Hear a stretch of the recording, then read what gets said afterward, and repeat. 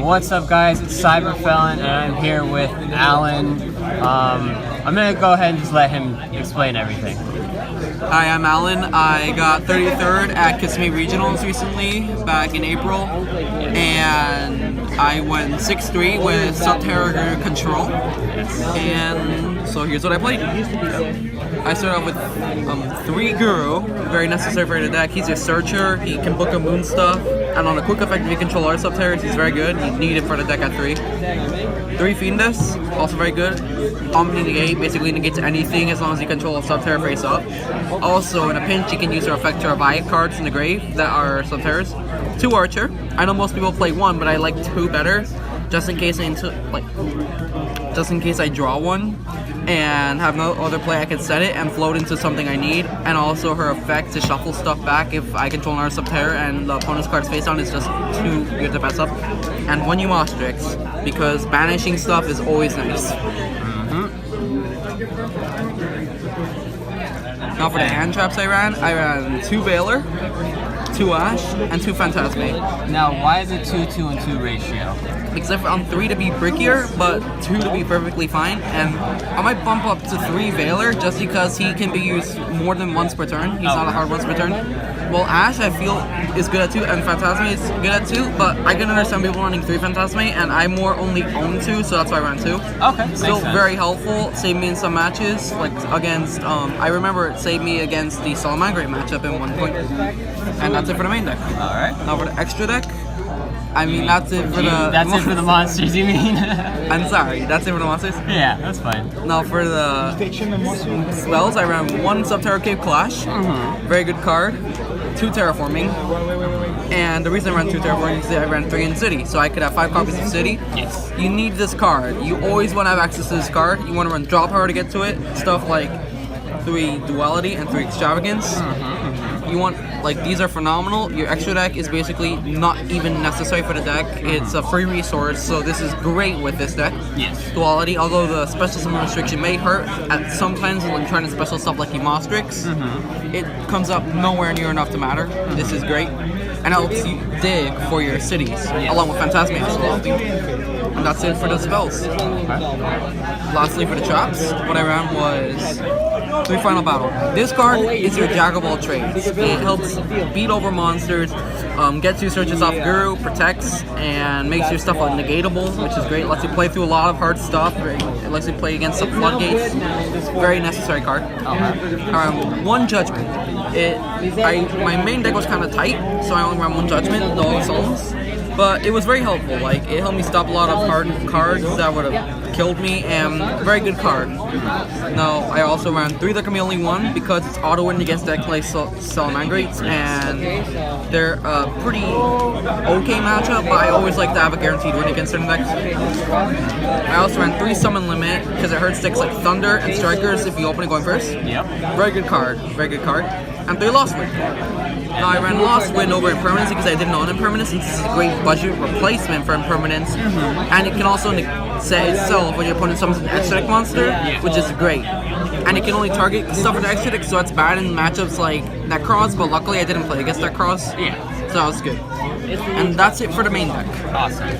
For real. Now for the side deck, I ran 3 Inspector Border.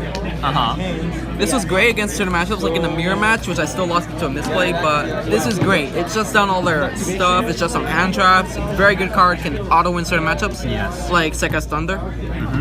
3 Strike. Now, I didn't run it in the main deck because it's kind of tight, but it's a phenomenal card and stopped a lot of plays as well.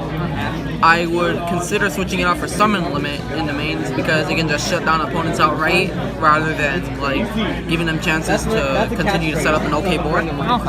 And very helpful. Now 3 Duster. 3 Duster I chose because it's better than Twisters in this deck, because Twisters is very... The discard off of Twisters in this deck hurts a lot. And Dusters you usually activate on your opponent's turn anyway, so it doesn't really matter. That's understandable. Besides that, I ran 3 Cherries, 3 Ghost Reaper and Winter Cherries. This is a very good card, and I managed to use it a couple times in the event, won me a game, and it was a very good card as well. It's very good, but I think I might switch builds with a new ban list though, since having Super Polymerization at 2 is too good to pass up. Yes. And last but not least, 3 Dino Wrestler Pankotops. All I have to say is free special summon and pop. That's it. Enough said. Alright, and then Now basically the extra decks just... Cherry targets. Yeah. Now my cherry targets were Rusty Bardish, very good against the Thought Lock matchup. Yeah. I actually used it against the Thought Lock matchup, Oh, wow. so I shut it down. 1 Unicorn, Phoenix, and Kerberos. This is actually pretty decent for Unicorn targets, but if you're in a pinch, you can actually go into them on occasion. Yeah. Now, I also ran Curious for certain matchups like Dangers and Thunder sometimes even. Okay. Porlo to take out certain cards. Yeah. It could take Guru, which could be devastating, so it's gonna hit that. Don't you need 3 tributes? Very good. I actually used it like as a target, and I managed to get it off. That was very powerful. Nice. Yugioh against the Thunder matchup. Yeah. Sorceress, Rip Sword. Yeah, sadly she's not legal anymore, but that's a good thing in my opinion. Yeah, definitely. I also ran Kagari. Very good against the Striker matchup, which was the hardest matchup for the deck. Yeah. And Electromite against Pendulum. And last but not least, just to flex on people, Boral Sword. And now for the XZs I ran were Gaga Cowboy and Abyss Dweller. Okay. They didn't come up the whole tournament, but they're very good to have for a Solana Great matchup and just for burn in time. Yes. And ABC Dragon Buster for Danger ABC, CSC card Danger ABC, and ABC in general. Yeah. And that's it. Alright, so do you remember what your matchups were mostly? I do. I played against 3 Salamangreats, 1 Striker, a Sky Striker Crusader Kaiju. That's already 5. Besides that, I played against a 2 Draco player, the mirror match. And besides that, I went against... And so last but not least, my other 2 matchups were Thoughtlock Turbo featuring Phantom Knights of Rusty Bardish and Gokis and Cyber Dragons. Oh, I actually faced the Cyber Dragons over there. Yeah. Nice. But your overall record in the end was 6-3. 6-3. So And that let me get 33rd, and luckily it was a top 48, so I got my invite. you got your invite to Nationals. We are so proud of you, dude. Thanks. And well, that's it for the deck profile. I hope you guys enjoyed the video. We'll go ahead and bring up an updated deck profile a little bit later.